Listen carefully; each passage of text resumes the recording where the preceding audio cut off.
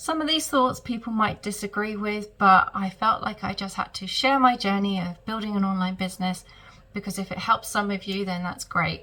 There is so much to learn about building an online business, and I feel like there is a lot of confusion out there, and it's been really interesting, some of the things that I've learned recently. So one of them was that I thought you had to show your face to be able to build a business. That's not true. Just so you know, I have a faceless Instagram account and it's been getting leads, and very quickly. So that's another thing. I thought when you were building a business, it could take somewhere like 3 months for your content to start getting traction before you start getting leads, and that's not true at all. I've actually started getting leads on my Instagram account very quickly. So yep, I don't think you need to show your face on camera if you don't want to, and it definitely does make content creation easier. And I also feel that if your content isn't working, then you really need to change it up. So have you got a really good hook at the beginning? Are you letting people know who you are so you can start building trust? And are you making sure that you're doing some sort of call to action to your product? Another thing that I think is really important when building your business is, if you want, say, a second stream of income, is the platform going to pay you for your content? So if you're not in America, there's not many platforms that will pay you for your content. I personally am monetized on Facebook, but it's literally pennies that I'm making from any reels, so I didn't pursue it anymore. Plus the lifetime of the content on there is very short, which isn't so great for trying to build some sort of passive income going. YouTube, on the other hand, and Pinterest can become passive sources of income because the content lasts a very long time. Pinterest doesn't pay you for your content anymore. They used to do that. So the only one that will pay me for my content is for YouTube. I'm not monetized yet. I will let you know if I do and actually how it goes. So yeah, if you can help me out, giving a thumbs up and subscribing to my channel will be fantastic. Thank you. If you want to start your own faceless Instagram account, I do have a free guide in my profile, so go check that out. That can help you get started. One thing that I would say that I've learned from doing this faceless Instagram account is how much content I'm having to push out. So they say anywhere between 1 and 3 reels a day. Some people are doing 5 reels a day, which I think is just crazy. And then also doing anywhere between 3 and 10 stories a day. Also going off and commenting on other people's content. So hopefully they come and comment on your content, because that can really help push up the views and say to Instagram, hey, this content's good and we should show it to more people.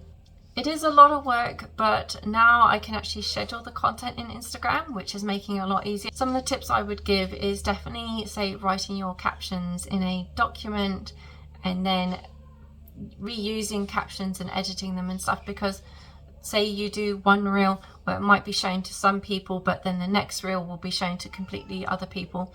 What I realized in Instagram's analytics is that a lot of your content doesn't get shown to the same people.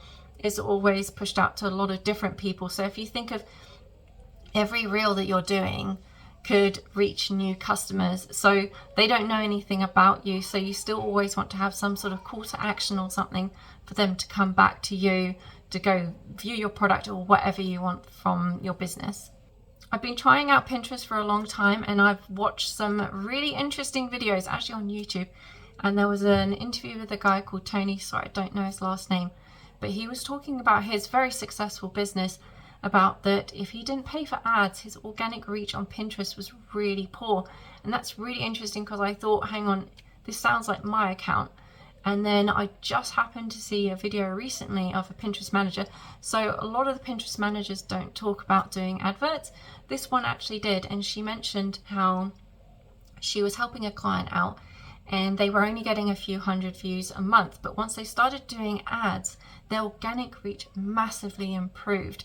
So if you are not getting the organic reach, then it might not be your keywords. It might be the fact that Pinterest wants you to pay for ads.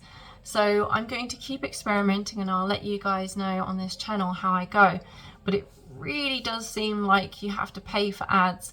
I don't really see why it would take 3 to 6 months really to push your content out if somebody's searching for it. Obviously there's all the ranking and everything because it is a search platform, but I was wondering if it was my pins, because I'm still learning about pin design, I'm still learning about keyword research and all of that, and I'm trialing a load of different things. And when I did the adverts, I did it on a few different pins, and some of them weren't so great. So I could tell very quickly that that pin wasn't working well, it wasn't converting for me. Whereas some other pins, I was actually getting saves and outbound clicks, which means that actually, you know what, there isn't a problem with my pin design or my content on that pin or the content where I'm driving people. People are actually interested in it. It's just that either it's taking a very long time to get on the feed, or the fact that maybe it's a pay-to-play platform. I hate to say that, but maybe it is. If you definitely want quick results, I think it is going to take a while unless you're creating a lot of content. This is what I'm seeing as well, that people are saying, you know, you need to create fresh pins of anywhere between 3 and 10 pins a day, or at least be consistent every day. So I think it's fine if you're on that one platform and you really dedicate your time to it and you're just creating a load of pins. And Pinterest has their own scheduler, so you can schedule that all out and then, you know, not worry about it for the rest of the month.